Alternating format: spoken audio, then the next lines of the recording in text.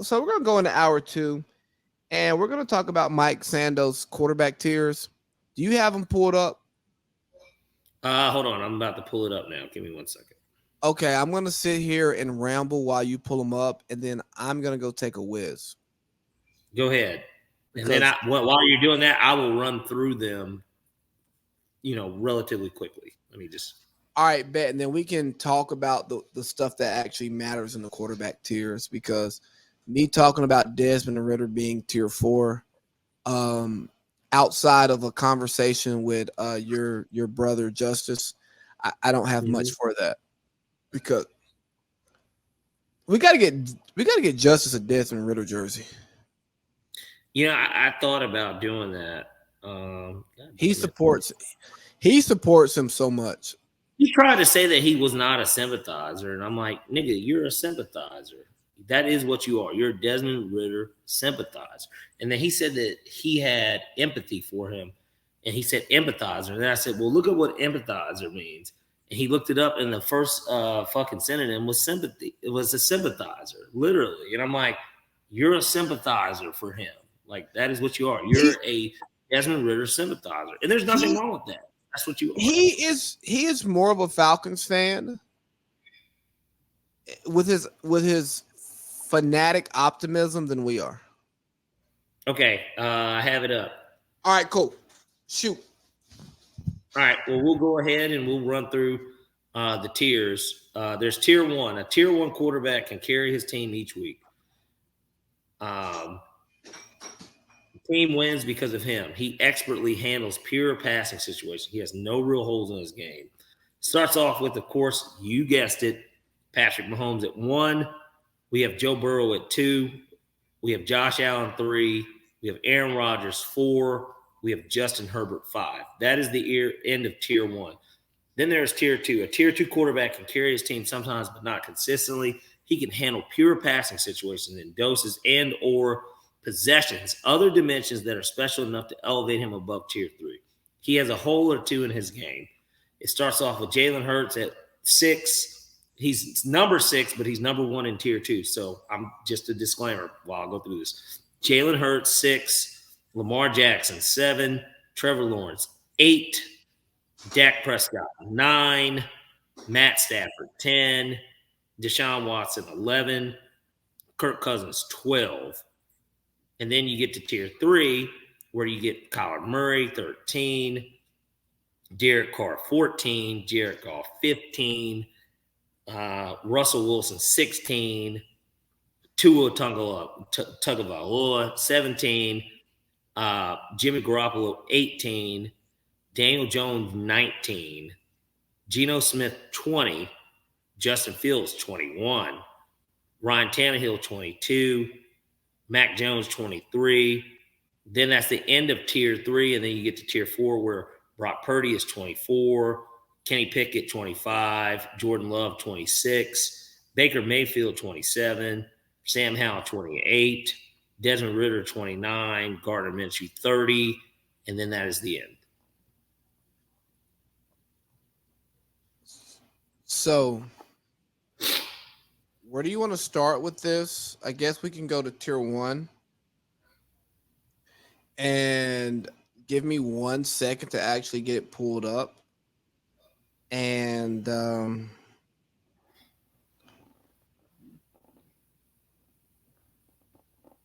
then we can kind of just so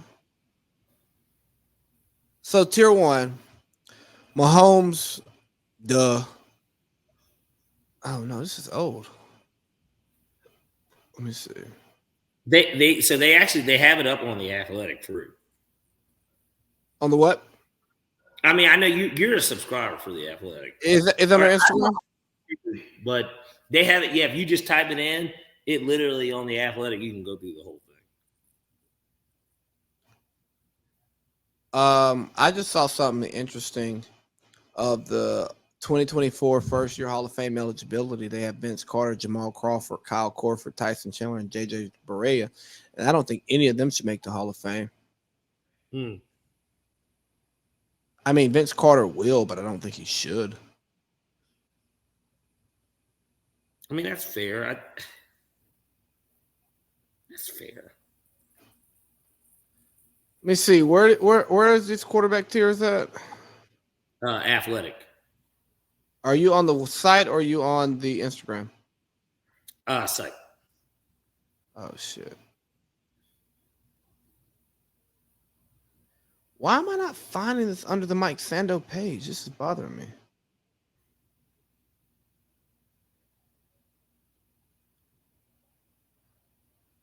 Okay, here we go. All right, yeah, so we got Mahomes, Burrow, Allen, Rodgers, Herbert. Is Herbert tier 1? In my opinion, no. His eye test says tier 1. His eye test says that he will be tier 1. I don't put him in this. And I get it. I think that we agree that Patrick Mahomes realistically now, just like Brady kind of had been, he should be in his own bubble because even Joe Burrow being second, they're not that far off, but like they're just not in the same boat. I mean, there's a difference. But like I don't think that Herbert is as good as Burrow either. So that's why I don't think Herbert should be in that tier. Aaron Rodgers is probably right where he should be. Even with the season he just came off, I think he should still be in that tier 1 because you can win any game with him as a quarterback. You can win any game. It doesn't matter if he's going against Patrick Mahomes. They can win that game. Like he can win you that game. So I don't think that if Justin Herbert goes, hell, he plays Patrick Mahomes twice a year, and they've had great games. Those games are typically close, but at the same time, I'm not gonna add in the fact that his defense was ranked 27th, and that's the reason why the wins aren't there for why he should still be in tier 1. You got to deal with whatever situation you're in. I mean, Matt Ryan is somebody that has always gone through it. And it's not to bring Matt in, but he's just really the perfect person to talk about because he's somebody that's dealing with what Justin Herbert had to deal with too. And he's actually got he's got a good running back. Like Matt Ryan didn't always have a good running back. He did some years, but he didn't always have a good running back. And I just think that at this stage of Justin Herbert's career, he should be at the top of tier 2 along with Jalen Hurts. I don't think you're a tier 1 quarterback if you haven't won a playoff game. And unless you've won like MVP or some stuff like that, Justin Herbert's not been MVP. He's not gotten better every year. His statistics have went down over the last 3 years. And Trevor Lawrence threw 3 picks in the first half. You got to win that game. Yeah. Like that just says, hey, dog, you're not tier 1. You're tier 2. You can be number 1 in tier 2, but I can't put you in the same conversation I put Patrick Mahomes, that I put Aaron Rodgers, that we're gonna put Josh Allen in, Joe Burrow. Like we can't put you there. So the tier 2. Am I wrong for saying Trevor Lawrence is too high at 8? No, I feel more. He beat that same guy that we just argued about being in tier 1. He beat him. He came back and did it. Too high. Should Trevor Lawrence be like 9 or 10? Like, is he better than Dak? Is he better than Stafford? I know Deshaun Watson. Today he is. He's better than Stafford today. I know Deshaun Watson sucked last year, but has Trevor Lawrence did enough to be rated higher than Deshaun Watson? I don't think so. He hasn't played in 2 years, man. I mean, because we have to. I feel like that is what's thrown into these rankings too. Situation matters. Deshaun Watson hasn't played in 2 years, basically. When he did play last year, it was not impressive. Bad. So, and it isn't like the Browns don't have capable offensive pieces around him. So, like, it didn't look very good. This is the prove-it year for Deshaun on where he falls in that pecking order. I'm fine with them putting Trevor Lawrence ahead of him because I think that Trevor Lawrence is going to have a better year this year than he did last year. But you added Calvin Ridley, who's another guy that in reality, I give him the benefit of the doubt because I'm a Falcons fan and I know how good he really was. And obviously what he did at Bama, everybody kind of knows that. But, like, I expect him to be his number one, and I expect him to make him look better because Calvin really looked really good with a Twilight Matt Ryan. For what it's worth, it was a Twilight Matt Ryan, and granted, it was a Twilight Julio that was the one next to him that was out there half the time and not out there, but he still had, almost 1,400 yards, 10 touchdowns, and almost 100 catches. So, like, that to me is what Calvin Ridley is. So I think with Trevor Lawrence in year 3 and with Doug Peterson, offensive-minded coach, former quarterback, Super Bowl winning coach, he's going to bring out more, and Trevor Lawrence is going to be better in year 2. So I'm fine with him being where he's at in tier 2 because Dak just came off a year where he threw a ton of picks, and we know he's got plenty of weapons. They won games. He got hurt, and the team, for what it's worth, kind of performed better without him. They were 4-0 with Rush, right? Rush. Yeah. Rush. Yeah. And so I think that doesn't help Dak. If anything, I would rather argue Kirk Cousins being ahead of Trevor Lawrence. If we're going to make an argument, I would argue him more than Dak, honestly. Kirk Cousins should be after Jalen and Lamar. I wouldn't argue that. And if you look at the players poll, he's actually above Lamar. He's like number 5 or so on the players poll. We'll pull that up in a little bit. But I think tier 3 is where it gets interesting. You got Kyler Murray, who is getting dinged for his lack of film study, and they had a bad year last year. You got Derek Carr, who is just the epitome of mid. Jared Goff, Russell Wilson, Tua Tagovailoa, Jimmy Garoppolo, Daniel Jones, Geno Smith, Justin Fields, Tannehill, and Mac Jones, right? When I look at this, do you think Russ is obviously is the one person that I looked at. When the list came out, he was literally the first name that drew drawback from me because I'm like, wow, he had one bad year, and this is what the league thinks of him. He's a middle of the pack quarterback now. Bullshit. He's better than that. I think Hackett, and I said this from the get-go, and you know that and granted, Russ was my quarterback in fantasy last year, by the way. That's who I drafted. He was my QB1 a lot of the year. And that's why you didn't and then guess who I replaced him with? Dak Prescott, right? So, but point being, I had to make a trade to fucking get Dak because Russ was hurting me that bad. But, this is my thought. Russ is not that done. He should have been the last guy in tier 2. If we're going to rank him like that, he should have been the last dude in tier. He won a Super Bowl too. Even if it was with the Legion of Boom and Marshawn Lynch, he still has won a Super Bowl. He carried Seattle a few of them years. And I'm a huge Russ critic, but if we're gonna give Aaron the benefit of the doubt and put him in tier 1, then Russ should be benefited down bottom tier. Russ should get to be in tier 2. Now, I think Tua is an interesting quarterback to put in tier 3, right? Tua looked better than Derek Carr, Kyler Murray, and Jared Goff last year. Now, if you want to throw his injuries in there, okay, that may be a reason for him to be in tier 3. And if you're going to just say he has a lot of great weapons, which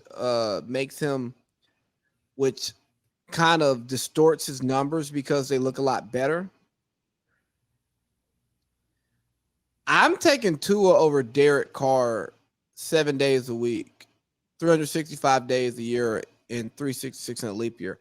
I don't want any parts of Derek Carr on my franchise. And we talked about this in the offseason. I was a no for the Falcons getting him. I was not on board with them. And you want to know, here's the thing with Derek Carr. I don't think he sucks. I just think that he has a ceiling. He is so what he is to the point of where even with elevated weapons, he just had the leading rusher in the league, arguably the best receiver in the NFL. Darren Waller was hurt, but a top 5 tight end when healthy. These are the things that he had.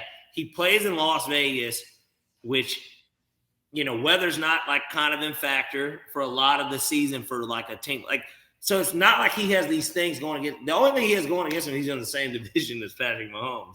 But like outside of that, that's why it was more acceptable to have him in tier.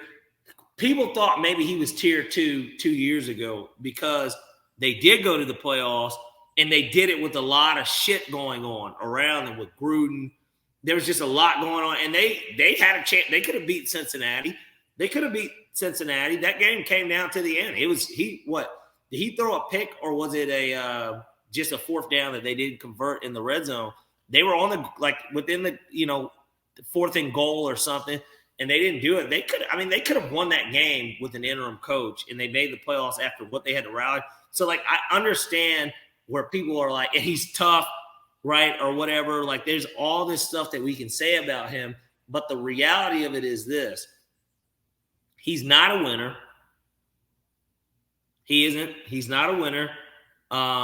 He doesn't even put up gaudy numbers, right? Like he might go for 4,000 yards. He'll have 25 touchdowns and he'll have 14 picks. And you're kind of like, well, that's way better than average. But like, how much better than average is that in today's NFL? Derek Carr is Matt Ryan light. Take away the MVP season, like just career-wise, Matt Ryan light, right? You go, hey, we've got a guy who's pretty fucking good. Yeah. I'm not looking for a new quarterback, but if this son of a bitch gets hurt and we can pick at the top of the draft, we're replacing his ass. Yeah. So he's a weird one. He was tier 2 the year before because of the playoffs, I'm asking. He was. It's Carr we're talking about. Yeah, Carr was tier 2. I didn't even realize, because I didn't look back at last year's tier, but like that is why I just said what I said. I understood why he might have even been a tier 2 quarterback going into last season, but that's because of everything I just said. But to look at the rest of it, James Garoppolo, Daniel Jones, Geno Smith, I guess Justin Fields. I don't even know if Justin Fields is tier 3. I don't know why. Think about it. Justin Fields was voted by the players higher than Trevor Lawrence. I mean, think about that. Players? We like Justin Fields. Yeah. We were thinking about. I was looking at stats when he signed with Georgia. Like, I think that he's good. It's just, I think his situation has more bearing on how good he is than, for instance, the excuse for Justin Herbert being in tier 1, if that makes any sense. It makes sense to me, but explain it to somebody who doesn't know how you think, even when you don't say it. He's got dog shit kind of around him, right? Yep. I don't think that Justin Herbert has dog shit around him. Khalil Mack and Joey Bosa play on the defense that is ranked 27th. They have Derwin James. They have guys, Asante Samuel Jr. They've got good defensive players on that team. Then if you look at it offensively, Austin Eckler is probably the best two-way back in the league. I mean, so he's got the best. CMC, yeah. Okay, and that's fair too. CMC is a two-way back, so he's got a top 2 two-way back and a top 5 running game back too. He's a top 5 running back. I think he is. He's got now with the addition of who they drafted this year, TCU. Yeah, Quentin Miller, or Quentin, whatever. The guy they got from TCU. They've got 3 first-round wide receivers. Obviously, we know the injury history with his one. Mike Williams has had injuries too, right? Yep. So Keenan Allen, Mike Williams, and now this guy. You've got 3 guys that are legitimate weapons on the outside. Coaching would be more of a thing that I would look at even with him. But my point is that he plays in California. Yes, he plays against Patrick Mahomes twice a year. But, like, he's got more than enough to where if he's a tier 1 quarterback, he should really be overcoming this stuff and winning a playoff that you have a 27-point lead. You shouldn't be blowing that game if you're a tier 1 guy against the Jaguars of all franchises. So he's not tier 1 to me. Like, those aren't good enough excuses for why he should be in because he carries them that much. Justin Fields, on the other hand, offensively was their offense last season. He was the Bears' offense. They went out and got DJ Moore, which isn't, to me, a bona fide one, but he's a 1, I guess. He's a lower tier 1 wide receiver, be a great 2 for somebody, but he's a lower tier 1. Cole Kmet is a solid tight end, but what else did they really have? I mean, David Montgomery was all right. Khalil Herbert's all right. You know, he's got Eberflus as the coach. That's a defensive-minded guy. I don't even know who the OC is in Chicago, but, like, I was about to say it's fucking not Mark Trestman, guy from Oregon or something. But point being, he's not there anymore. Yeah, so point being, you know, these guys that are around him it warrants him being as high as he is, even though he's done nothing in the league, because he's carried them. And I think specifically the game that made me realize that last year was the Monday night game. They played against the Patriots. So Bill Belichick, Patriots always have a solid defense. And they blew them out at New England. And he does it on national TV. And clearly the Bears aren't going to the playoffs. But it was a good win for him and like a good national stage type thing to where, maybe they do have something. And we need to see. So I feel like he should get much more of a benefit of the doubt for his ranking in it, as opposed to Herbert at 1. But they can both be looked at as questionable because it's like, well.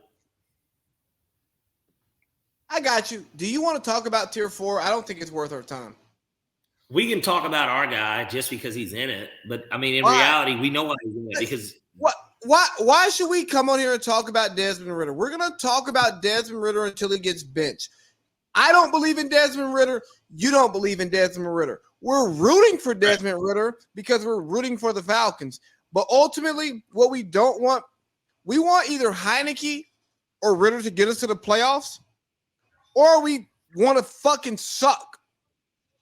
Yeah. Like, the last thing I want is 6 wins out of fucking Ridder or 8 wins out of Ridder.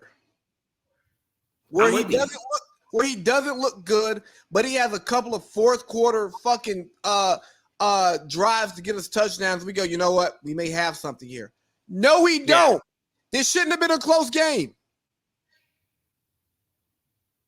So, yeah, no, fuck that. We don't want to talk about Ridder because we want to get rid of Ridder. Yes, ultimately. We want Caleb Williams or Drake May calling signals for us next season. Now, we don't want to sit through that this season. Or Kirk Cousins.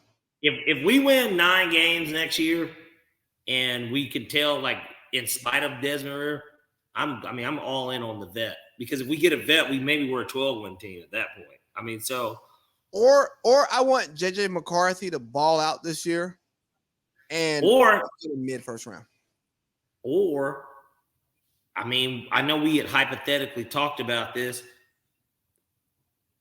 Depending on the price, I mean, what about the Kyler Murray thing? I mean, would that maybe be something we're interested in? I would talk about it. I would talk about it. I don't want Kyler. I don't want him, but I think if he falls in our lap at the right price, I'm like more than okay with giving it a chance.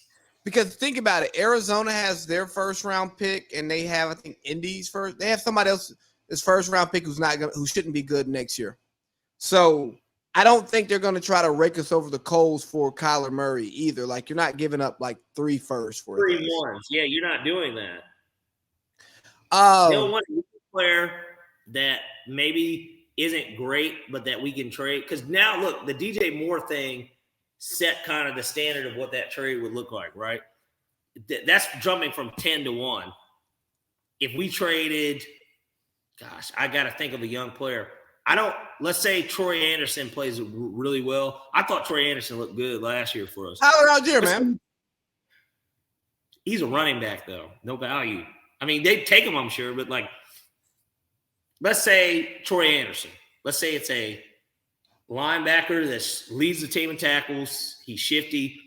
He was underrated. He didn't make All-Pro or, he was maybe a Pro Bowl alternate even. You throw him in with a 1 and like a 3. I think that gets it done. And then I tell you, we'll send him Ritter too. Yeah, get rid of Ritter. Why wouldn't that get it done? And then Heineke's going to be your backup at that point. Like, keep Heineke. Because now Kyler Murray's got the injury issue too. So you need a backup. You need a quality backup at that. I would entertain that, is what I'm saying. That's fair. You want to hit this NFL 100? Sure. We can touch on it. Cam Hayward said, I think it's a load of crap. And he said it's not voted on by the players. It was hard to believe that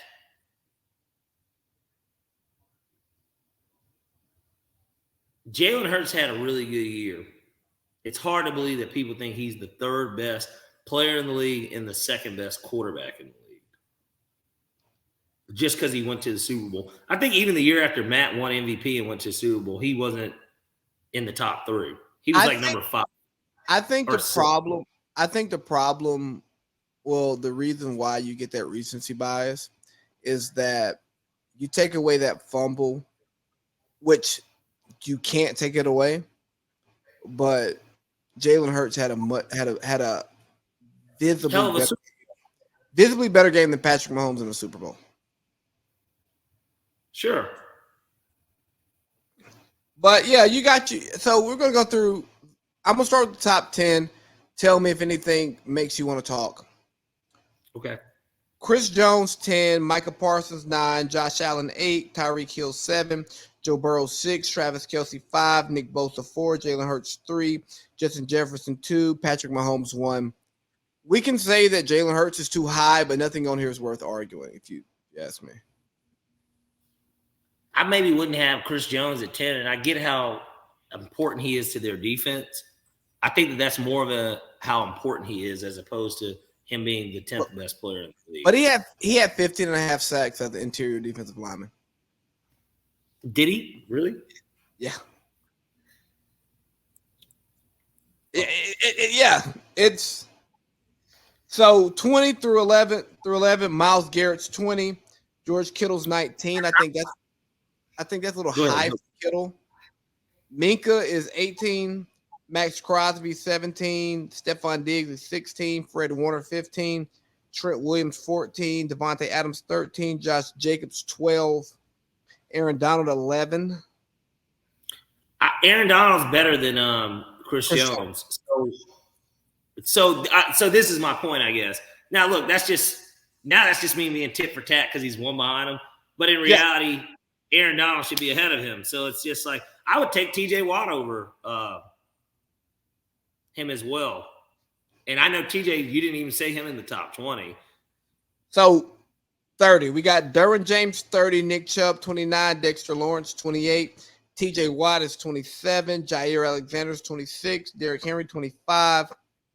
Roquan Smith, 24. Sauce Gardner, 23. AJ Brown, 22. Who? Sauce? Sauce Gardner might be the most overrated player in the league. AJ Brown's 22. Austin Eckler's 21. I don't give a fuck what Austin Eckler does in the passing game. He's not a better running back than Derrick Henry. Agreed. But is Josh Jacobs a better running back than him just because he led it for 1 year? No. Well, and you said McCaffrey already too? No. So, all right. So this is my point. What are we basing this on? What is this based on? What we think they're going to be this season, or what is a combination of both? What is it based on? I mean, I think as I understand it, it's the players rating who they think are the best players in the league coming into based on when they're on the field with them or when they're watching. Yeah. This is what I think. Yeah. Jalen Hurts, it should not be third. No. He had one great year. He had a great year. I'll give it to him. His defense AJ Brown's not 22. Fuck out of here. Hey, his defense also had 70 sacks last year. Nigga. They said, think about it. I think we added it up. The Falcons over the last 3 years didn't have 70 sacks. Their defense had 70 sacks and they had the number one pass defense. Yeah, they made it to the Super Bowl. Like, yeah, you're fucking right. They made it to the Super Bowl. Yeah. They had the best defense in the league last year. I mean, it takes nothing away from Jalen Hurts. He earned his top 10 spot. And like we said, we disagree on his spot, but he should be in the top 10. I'm fine with that. There's no way he's the third best player in the league, bro. Like, there's no way. Let me give you 40. After 1 year, there's no way he's commanded that type of respect with 2 interceptions and 70 tackles. I don't give a fuck. All right? I really don't. He's not a top 25 player. You're basically saying, was there another corner ranked ahead of him? I think Jair Alexander was behind him. But I'm saying, was he the highest corner? Jair Alexander was the closest corner at 26. Stop it. He's not the best corner in the league. He is not after 1 year. He's not the best corner in the league, bro. He made All-Pro. I don't care if he made All-Pro. He's not Aaron Donald. Aaron Donald getting All-Pro like rookie year or something. I mean, now, obviously, we know his story. We know what ended up happening after. They won 7 games, my man. No. Not that I'm not saying that he can't warrant being number one even after this year. Not after his rookie year. We're not going to say he's the best corner in the league. All right, so next we got, starting at 40, Quentin Williams, 39, Jamar Chase, 38, Khalil Mack, 37, Jason Kelsey, 36, Jalen Ramsey, 35, Christian McCaffrey, 34, CeeDee Lamb, get the fuck out of town, 33, Matt Judon, 32, Justin Herbert, 31, Saquon Barkley. CeeDee Lamb's too high. I like CD. I think CD's really good.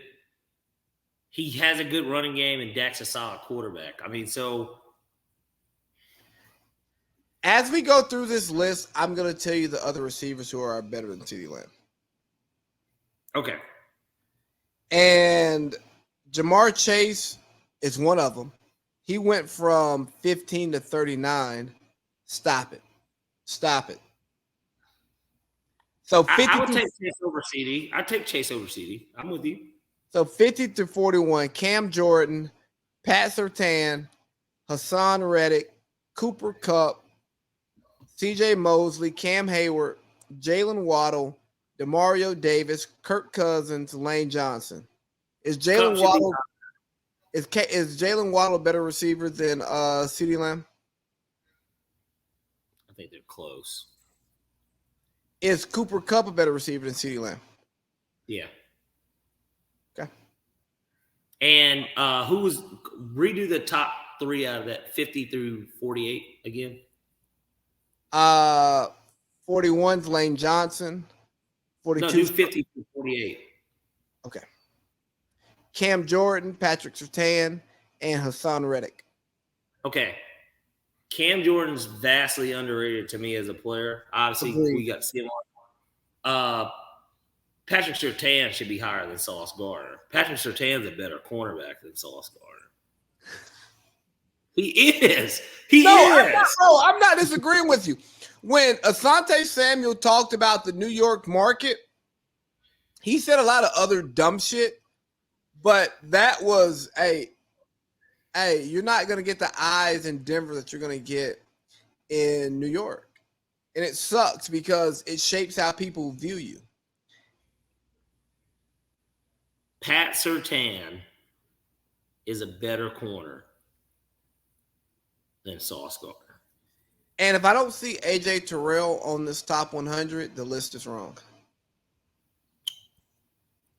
He didn't have his best year last year, but AJ Terrell is a top. I don't think he's in it. He's a top 10. I know and Grady is.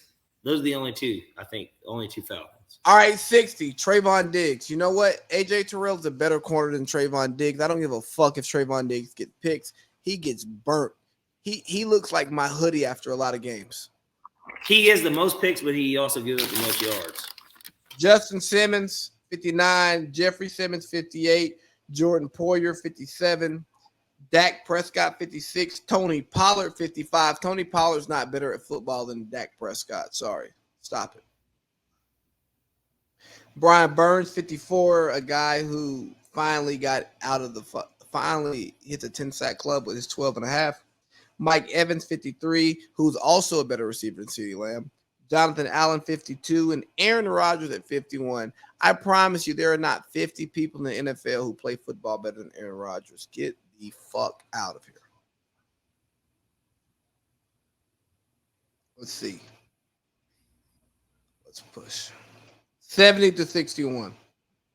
70's Joey Bosa. 69's Matt Milano. 68 Zach Martin. 67 Amon-Ra St. Brown. 66 Jared Goff. 65 big play Darius Slay. 64 Aaron Jones. 63 Grady Jarrett. 62 Bobby Wagner. 61 Debo.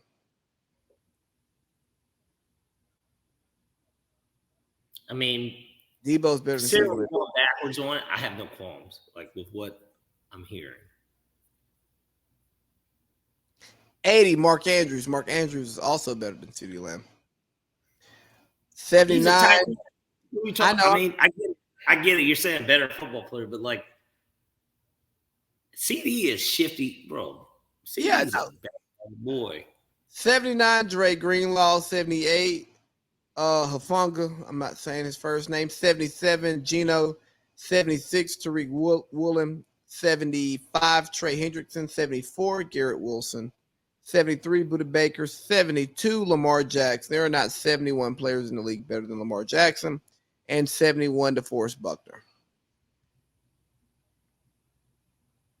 Lamar should be higher. But like I said, he's been injured the last 2 years. So, I mean, I just want to know what they're basing this off of. I get it. It's the players. But I'm saying, what are they even basing it off of? Bro, here's my thing. If I'm going to factor your injuries into this, I'm going to leave you off the list. Fair. Because it should go one way or another. 90's DeAndre Hopkins, who's also better than CeeDee Lamb. 89 is Marshawn Lattimore. 88, Aiden Hutchinson. 87, Chris Lindstrom.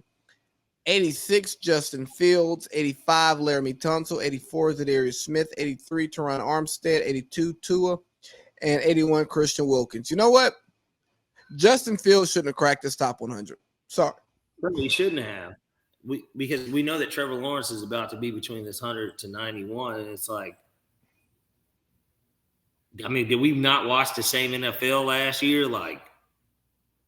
Nah, the players didn't. They only watched the film that they watched. Devontae Smith.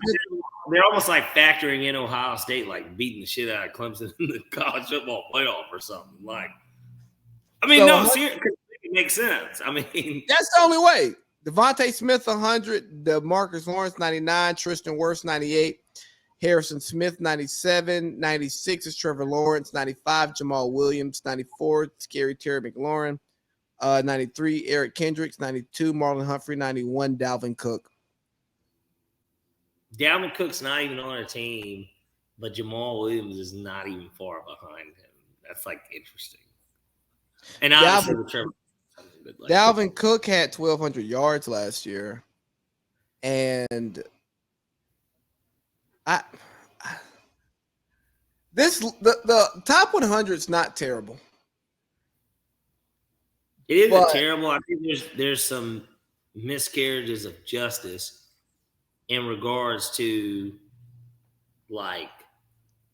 positioning of it, though. Agreed. So let's talk about what we really want to talk about so we can, as we close out this last hour.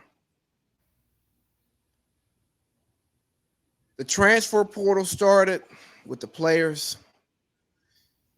Now it's starting with it's up and running with the teams. It's been a long time coming, but change has finally come. And college football conferences are fucked. They're all over the place. And the TV networks are thinking about money and ratings. Well, they're thinking about football only and And, semi-basketball.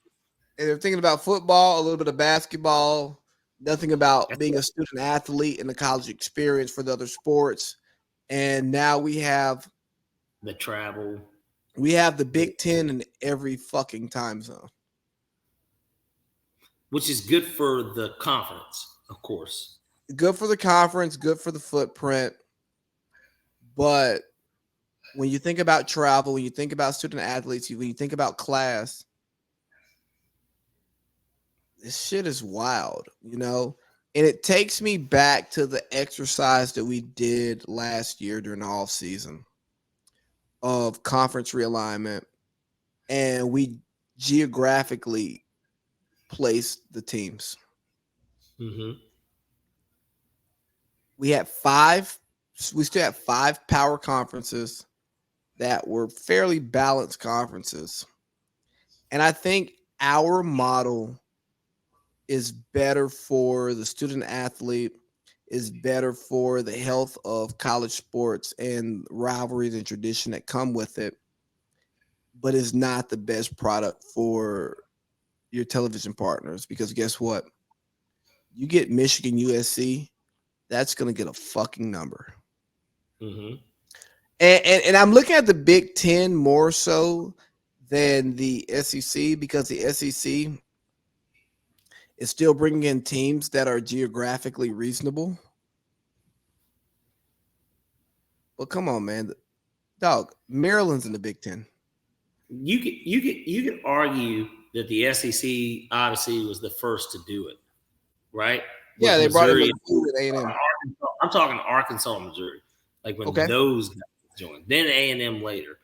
They really did it first, and it started the domino effect. And then, of course, once Oklahoma and Texas jumped ship, then it was like, oh, all right, now we're just not playing fair, because you guys literally are taking the 2 best teams out of one conference to add to yours. And they're not just the 2 best in their conference. They're like 2 of the top 10 programs in the country, right? And you're adding them to what is already considered the toughest conference. So the Big Ten's like, all right, we're just going to play dirty.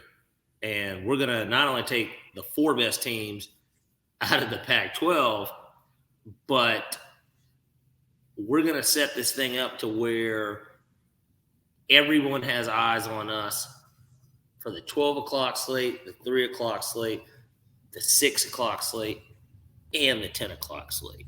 Like, we're gonna play dirty with you, because even though we're looked at as the second best conference, we really want to overtake you anyways. And yeah, you guys added them, but now look at us. Even basketball wise, we're gonna be really strong, right? Like, we're gonna be really strong, and we're able to do this because we have teams geographically. Like, when they split this up to where if there's 2 different divisions still, for instance, of course, the Pac-12 teams. Oh no, division play is done.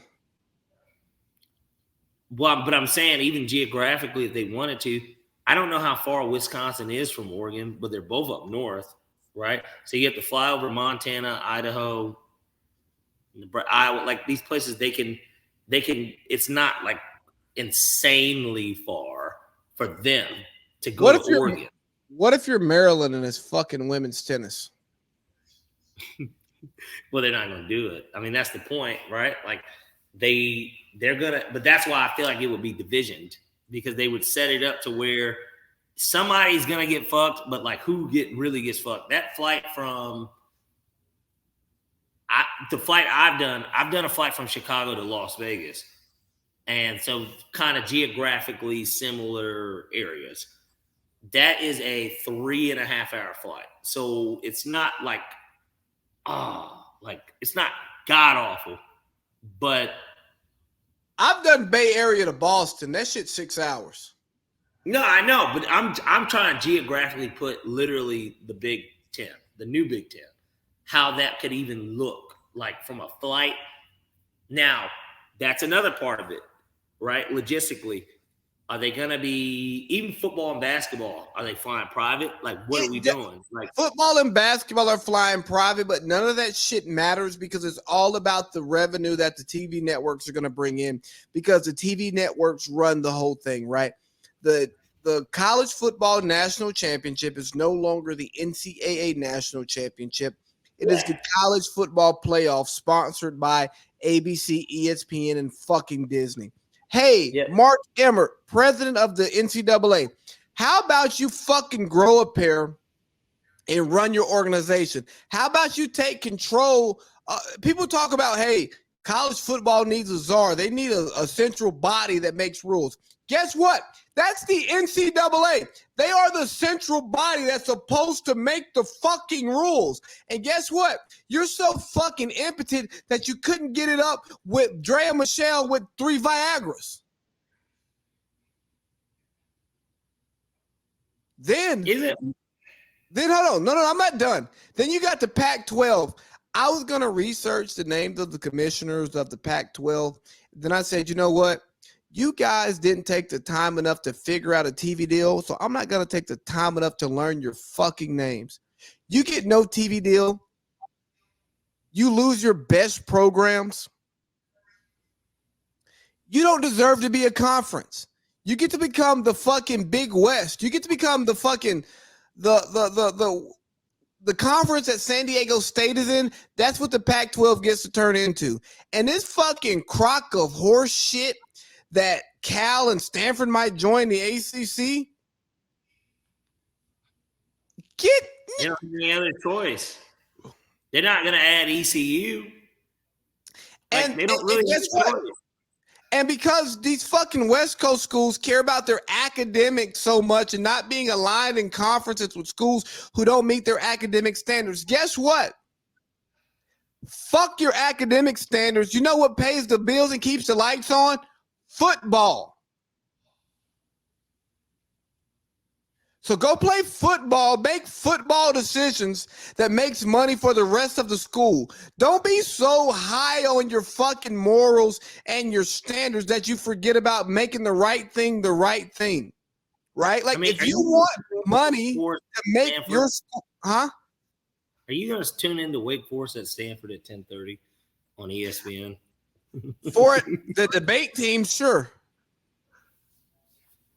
Football, are you gonna tune into, fuck no. Are you going to tune into Stanford Boston College? You know, are you tuning debate into that game? Yeah, the debate team. I love their debate team. Yeah, fucking right. Hear these fucking nerds talk. What about when Miami has to play Stanford? I'm gonna sit there and go, man. I remember when these two schools were good at football, and when they would just never play each other unless it was some sort of a bowl game in Alamo in San Antonio. Well, that wouldn't be their game, but like when they would. If that's the premier 12 o'clock game, I'm gonna go play golf. Well, because if Stanford's headed to Miami, they're going to get waxed more than likely. And God forbid they're a 3 o'clock game and Georgia's playing University of Tennessee Martin. I'm going to go play golf. Yeah. But your ass is going to tune into that Oklahoma Georgia game at 3:30. Fucking right. But that's what they know. That's what they want. That's what they want. And this is a classic case of them for the first time. They want to see that. They're like, yeah. Well, what about that? This is a classic case of the haves versus the have-nots. If you look at the way the NBA pay structure has shifted, there's not a lot of mid-level contracts. There are max contracts, super max contracts, and veteran minimums, right? And rookie contracts. You see now with college football, it's, hey, we're going to have all the good teams playing against each other. UAB, Don't know what to tell you. But you're not getting that big ass payday. You think you're gonna go to Miami and get your brains beaten in? No, not happening. And the rich get richer. And just like in American society, the fucking poverty gap just gets wider, wider, and wider. So this isn't shocking. It makes sense financially for those who are making the decisions. But I'm so happy that Mark Emmert's stepping down, and hopefully the new NCAA president can come in and bring this in. Like, hey, dog, let's regulate NIL. Let's make sure that players are actually have a name, image, and likeness to sell. Johnny Manziel, I started the Manziel doc. Manziel got fucked by the NCAA because he made money. He made a lot of money for a lot of people. Yeah, he did, but he didn't make him nearly as much money. Well, Drake made money off of him. Drake called him a friend. Then you look at the transfer portal. Let's put some parameters on this thing. Hey, dog, let's have a portal season, just like we have free agent season, right? Let's start. Let somebody to take this bull by the horns and get some normalcy around here. But I'm going to blame Mark Emmert. I'm going to blame the impotency of the Pac-12. And shout out to the SEC and the Big Ten for seeing a fucking gap and exploiting the hell out of it. That's what this has turned into. They're the new NFC, AFC anyway. So look here, dog. The TV networks run it, Fox and ESPN. But speaking of ESPN, by the way, RIP to the Pac-12. You won't be missed, but damn, it was a hell of a run when USC was good. Yeah. And when Marcus Mariota and Chip Kelly and Dennis Dixon, I guess, for a little bit.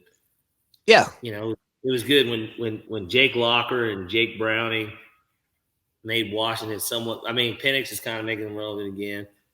When Jim Mora went to UCLA.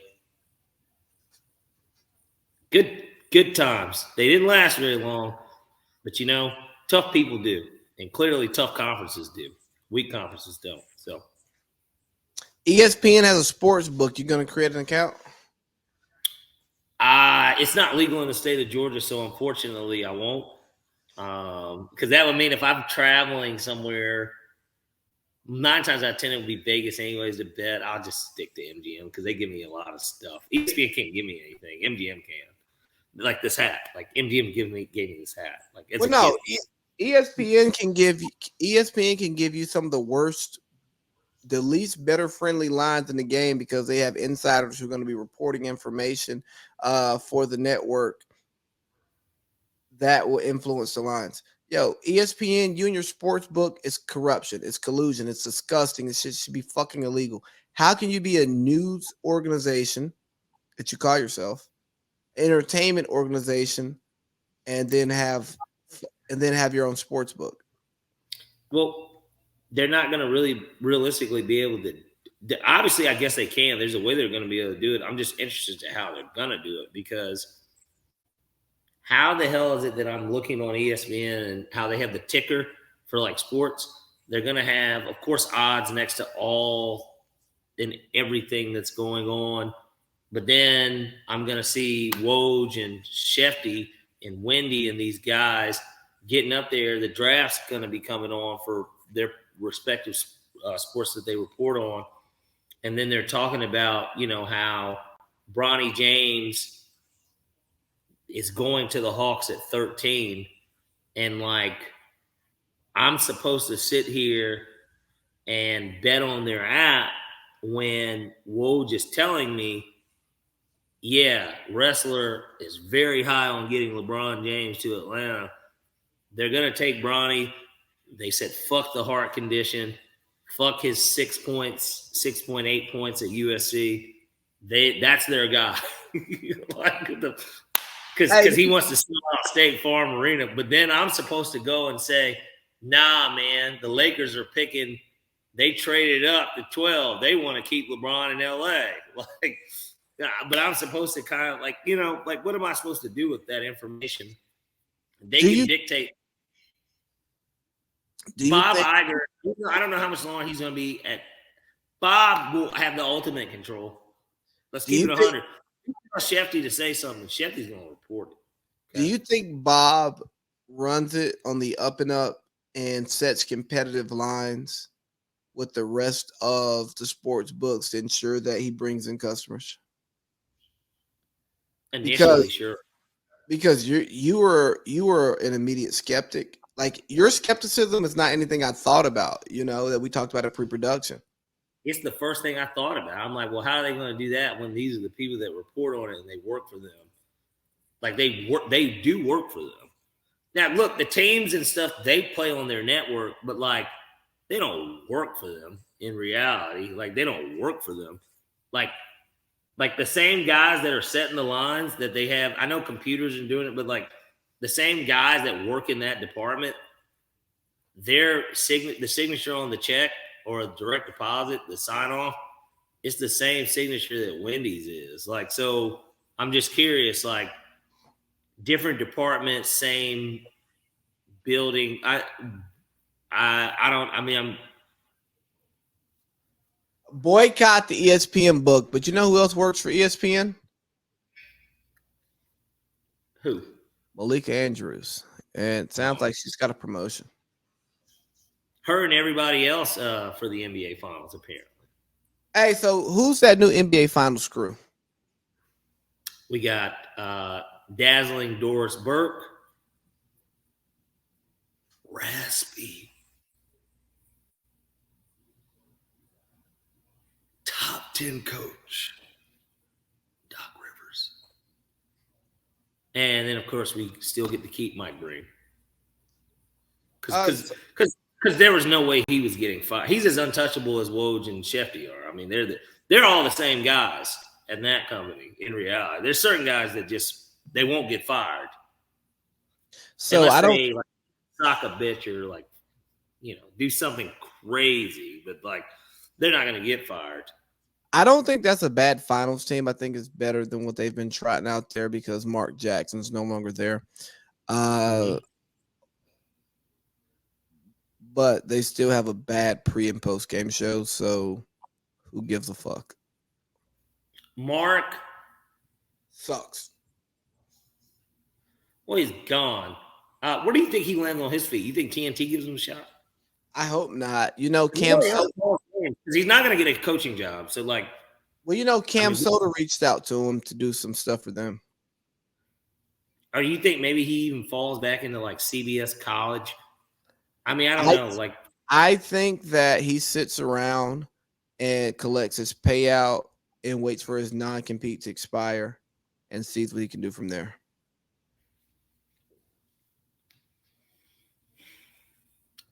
Would you take Mark over? Like, I know you don't like Reggie Miller either.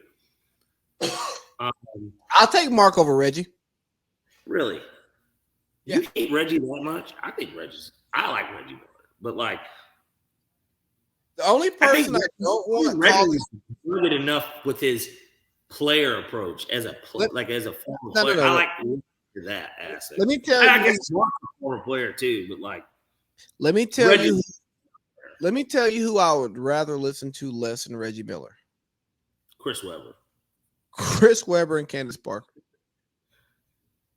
Well, yeah, they're not. What's weird? They're not going to get rid of Candace. They have we want to talk. We talked about this a couple of weeks ago. Affirmative action. Candace Parker's not going anywhere, buddy. All right, that spot is hers, nigga. And I will have She is going to be a fixture on TNT for years to come. Okay. And my TV will be on mute anytime that she's talking. She's going to be on TV. They're going to make sure they want to make her the poster child for it because Diana Taurasi, when she is done, is too gay.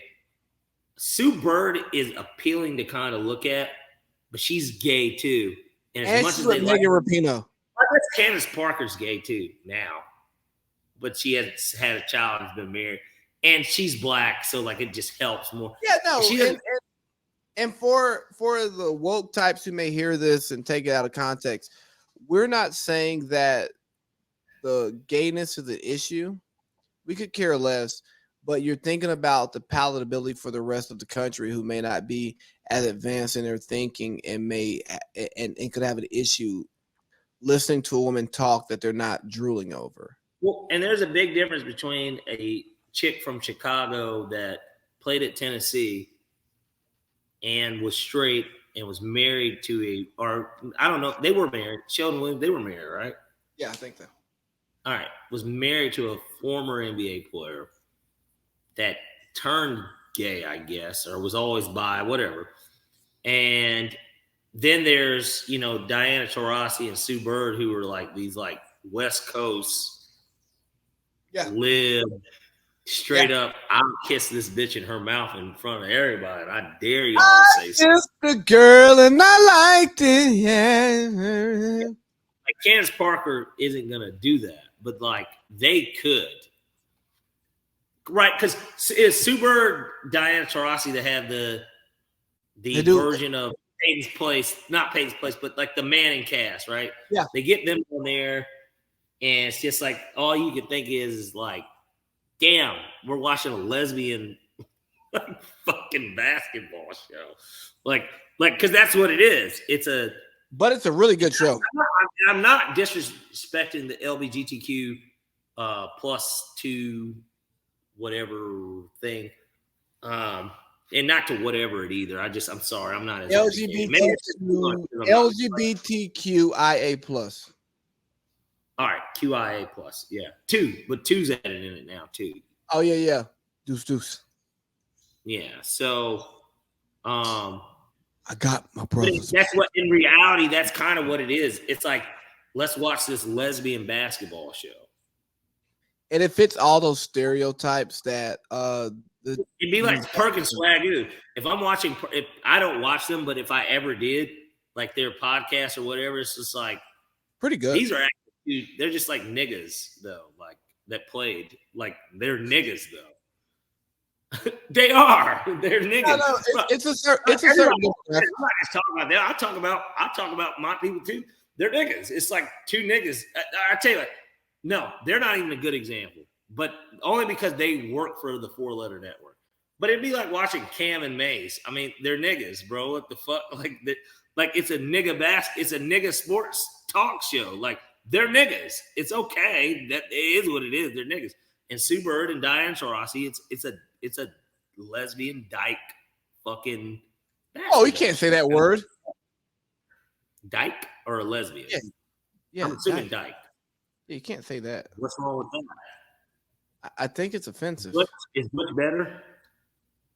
I would say, I don't know the right word, but I think dyke is like offensive. Now it's offensive. Man, I've got to get my life together. That's what I have to do. We got to send you to the class. No. They can't take me. Now, if you have some personal shit, trust me, I just went through some personal shit. I did it. Just knew what I went through. Like, Jordan Poole, you spent $500,000 on a ice spice date. He's a munch. You're a munch, and you're playing like a fucking munch. This is not true from last year, bro. Go back to Milwaukee and figure out and get back in the playoffs because you look crazy. It's because I had your back last year. Y'all talking about Jordan Poole. And both of them have sold enough records in a Yo, chill. I can hear you. But now I said it's a nigga talk show, but the thing is that they exploited a market like that wasn't exploited before because they're actually known well enough. Plus, like they both of them have sold millions of records. They're New York niggas at that. Let's add that. That is a fact too. And they're funny. Yeah, they're funny. They were funny before. Like Cam, the Bill O'Reilly shit never gets old. If anyone watches the Bill O'Reilly and Cameron and Dame Dash interview, Like, it never gets old. They got on Fox News, and this nigga was really talking this way to Bill O'Reilly, too. Well, hold on. I want to finish this pastor, rapper, like. Let me finish this clip. Because I have his back. Oh, Don't know. Jordan Poole was in the G League. Yeah. And then had to come back, and I'm like, yeah, that is just due. Now you are much. I better see this different. Jordan Poole, I knew he was bugging. This nigga did an in and out and ran nigga over. Yeah, I said, because he's erratic. Because what happens is this. What happens is this. When you start dating the Ice Spices and the people, they say, boo watching. Boo watching. Let me get all crazy because she from the Bronx, bro. Wow, you could have got her a pizza. Yeah.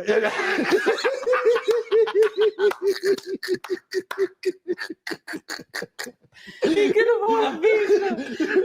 You would have definitely got her a slice of the soda. Yeah. And shit would have been. She from the Bronx, bro. Wow, you could have got her a pizza. Yeah.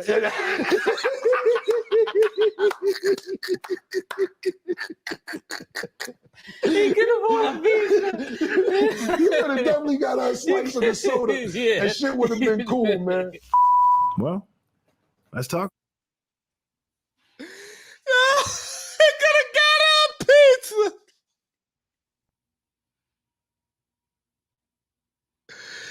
Hey, yo, nah, baby. Nah, man. We're not in. You probably don't see like somebody like me in Eritrea. You know what I'm saying? You see somebody like me in America. Nah, I'm not a Kata or South Sudanese. No, I'm a black man from Georgia. I'm a nigga. I'm a NIGGER. We are much more. Who laughed like a woman? Me? You said I'm feminine. I laugh like a woman.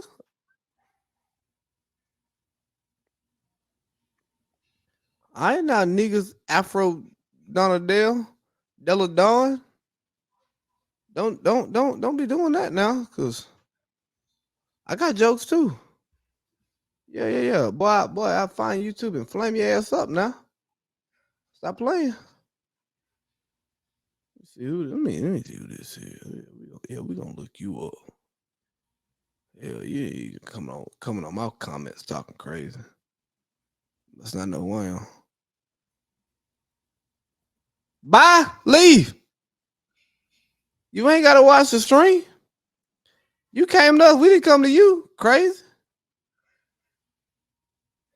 Probably it's catfish anyway. Probably some bored old weird ass nigga just typing shit in the comments because you ain't got shit else to do with your time. Yeah. That's what you want. That's what you is. You just over here trying to get some clout and then think I'm gonna send some shit to your DMs and then you can try to get me and talk crazy about me and say, oh yeah, nah, he was on me. He was trying to get nah, fuck out of here. Crazy ass. Afro Della Dawn. Niggas Afro Della Dawn. It ain't niggas, it's niggas.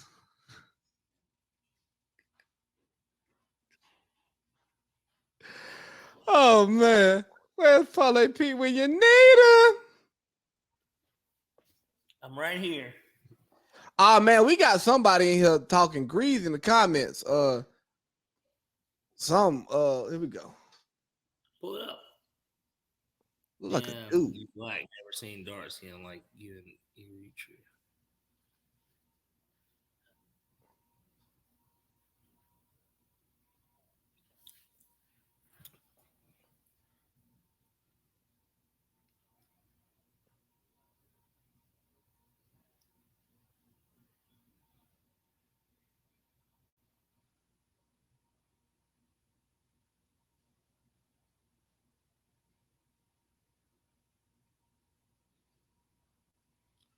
What are they talking about?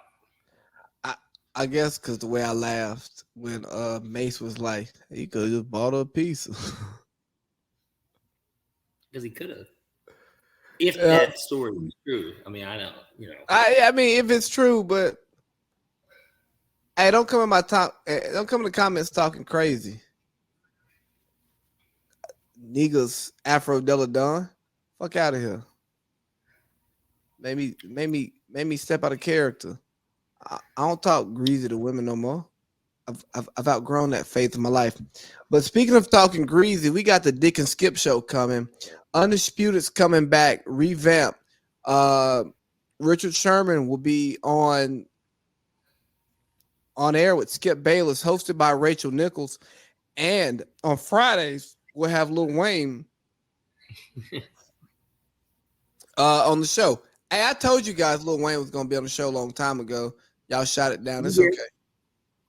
I didn't shoot it down. I think that when you said him on the show, I thought you meant more, obviously not as his co-host, but like as a recurring guest. Yes, yeah. Like, I mean, I didn't.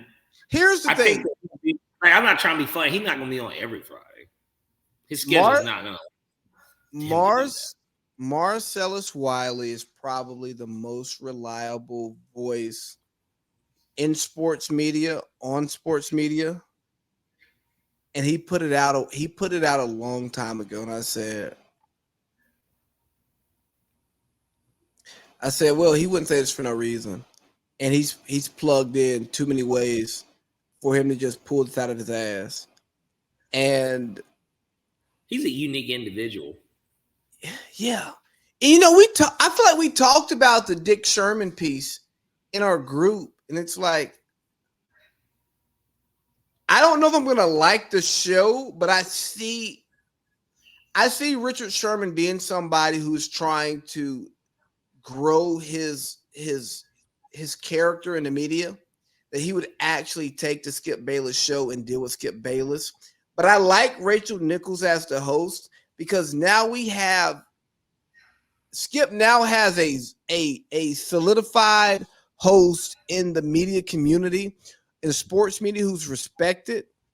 Because, I mean, Joy was a nobody when she went there, and Joyce came up. Like, shout out to Joy. She's doing well for herself.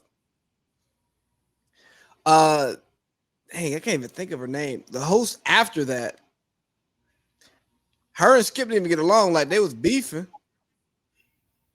And, you know, then they threw somebody else on there until they could figure it out. And then Shannon left.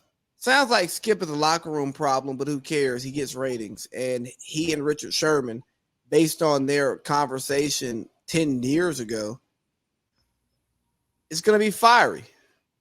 And now we know Dick Sherman's not going to come back to play football ever again. He's retired. I mean, he's done what he needed to do. But like, Hall of Famer? In my book, yeah. Yeah, I know, but you put everybody in the Hall of Fame. No, I don't put everyone in. Niggas think you put Matt Ryan in, and now you put everybody in. Pretty much, yeah. Matt should be in. I'll die on that hill. But like with Dick, the thing with Dick is this: they have that history already because of what happened. That wasn't, or was that First Take? First Take.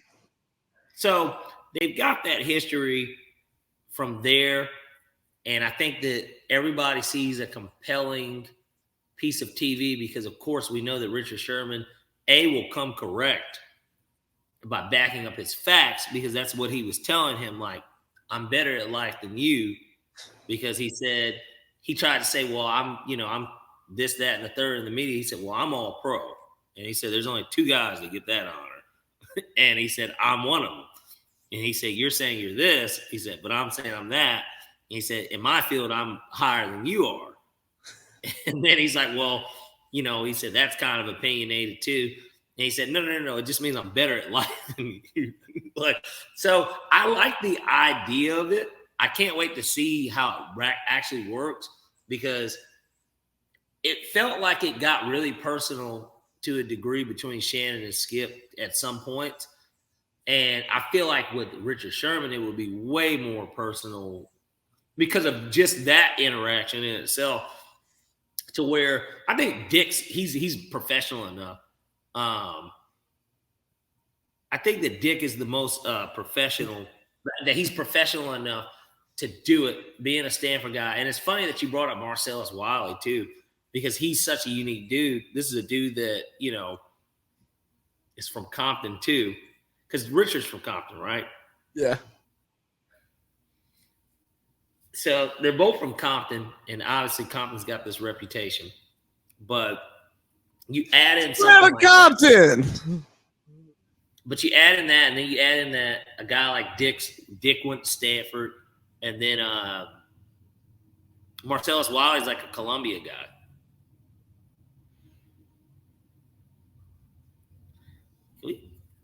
I mean, I appreciate the trolling, but I love your classiness to ignore all of this. Yeah, well, I mean, look, I've heard and seen worse. Literally. So, I've heard and seen worse from people that I cared about. You're right. What's next? Because I see you reading something. Just go ahead.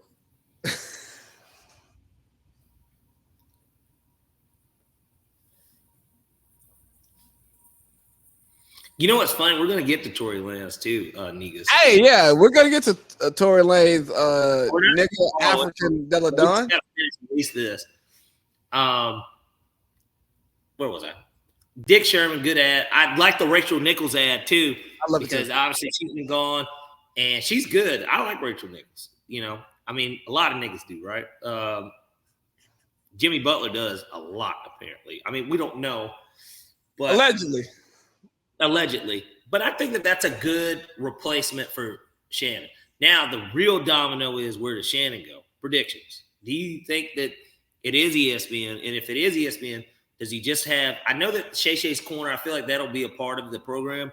But do you think that he really does get on First Take with Stephen A? Or do you think that they add him, for instance, because he already has done football itself, right? Because he was CBS and he did the HBO stuff. Could they add him to the Monday Night Countdown team? So Shannon posted this on his Instagram earlier today. Don't worry, I'll be back on TV soon to cover football season.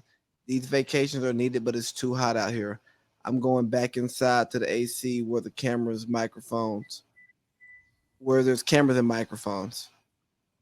So he's going to be on TV soon. And I'm going to predict Monday Night Football, man. I think they're going to juice it because people are going to tune into Monday night now, no matter what, whether that's the Manning cast or, of course, I would love for him to be on a pregame show. Put on a pregame show. Monday, it's him, Randy Moss. They got rid of Susie, so I don't know who's replacing Susie, but Malika probably. ESPN likes to work niggas like dogs. I ain't heard her talk a lick of football. Might be Mina Kimes, low key. Could you see that? Could you see Mina? I could see it. I can see it. Mina, let's build. You could build a dream team. It's 5 people on that. Mina Kimes. Come on, Kimes. Let's get Kimes on Monday Night Football Countdown. Come on, let's get Kimes there. Come on, Kimes. You got Randy Moss. He'll be there. They're gonna keep Randy. You add Shannon too. Booger's gone. He's still with the network. Right. No, I guess, but Booger was on last season. Maybe they keep Booger. I don't know. But Booger does college now more, I feel like. But, as he should. I mean, the Booger cam might have been like the worst idea. Well, for who the hell is ever like looking at boogers? Well, just think about when he would get on. He'd be like, I don't want to make light of the situation. 2 more minutes and we're done here. But it did make it did happen on Monday Night Football. But if Booger Cam was like in Buffalo for that, or in Cincinnati for that Bills Bengals game, and it's like DeMar Hamlin goes down, he's like, we're down here on the sideline. DeMar, it appears like he's had some sort of a heart attack, I guess. And a lot of the guys are getting around, they're trying to pray, and we're just gonna hope for the best. That's like what he would do, and you're just kind of like, man, what the fuck is he like? What is this in reality, this Booger Cam? And I remember seeing him at one of the Monday night games because we had one actually when he did it. And it's just like, why do we have Booger McFarland on here? But I could see them add him on that, and then he does the Shay Shay's corner, whatever that shit's called. Clubhouse. Club Shay Shay. Yeah, Club Shay Shay, I feel like could get its own block But see, McAfee, I feel like he fits college more, but I feel like McAfee might be on it too. Like they would just get McAfee because they're paying him. They're about to be paying him, so why not? So Stephen A. is not going to be on it. They can't throw that nigga there. So, well, I don't want to hear. Here's what I want from Shannon Sharp. I want Shannon Sharp to get away from the take culture and get into the talking analysis culture, right? Like I want to see him doing Club Shay Shay somewhere where he's doing interviews. But I really want to see him as an analyst. I don't like when Shannon breaks down football and is not trying to get a number for the network. It's some of the best analysis I've ever heard. Like he breaks the game down really well. what about Nate Burleson? Give a fuck about what that nigga got to say. He don't like Good Morning America. I think Nate's pretty good too. He's on Good Morning America now. I know, man. Isn't it weird how and Nate Burleson was an okay wide receiver in the NFL. Obviously, Strahan's a Hall of Famer, but like, isn't it weird how some of these guys become these media guys like overnight? Bro, it's but they're so like they like promote the shit out of it. It's so weird because most of the guys that they elevate, I've never said I wonder what they have to say. You know, Trent Dilfer taking the UAB job bothers my football consumption because I care what Trent Dilfer has to say because Trent Dilfer is one of the best quarterback analysts walking. He breaks down the game so well. Challenge. Huh? New challenge. They're rich, man. Like think about it. Well, They're already rich. I'm not mad at him for doing it personally. I'm only speaking from my own personal cares, right? Like, I want to hear Trent Dilfer break down football. Like, I want to hear him on Ryan Russillo's podcast. I want to hear him on The Herd so he can tell Colin how stupid he is, right? There are certain smart people who break down the game who I just want to hear from. Or people who talk about life issues that I want to hear from. But guess what? Nate Burleson and Michael Strahan are never those people who I give a fuck about what they have to say. You don't care about Michael Strahan talking about the adorable puppy that got adopted by the 90-year-old lady on GMA. I mean, no, I want Michael Strahan's front tooth teeth. That $100,000 pyramid show that he's got on ABC too, and then how he'll be on Fox on Sunday kicking shit with fucking Terry Bradshaw and Kurt Menefee and Howie Long and the coach. I mean, you don't like that stuff? I don't like anything that Terry Bradshaw's doing. Well, you know, he does what does he promote? Is bourbon? I was about to say SARS. It's not even SARS. Shingles is what it is. I felt like commercial. I felt like Terry Bradshaw was taught to use the hard ER growing up. Where's he from? Louisiana. Yeah. All right. That's what I thought. And so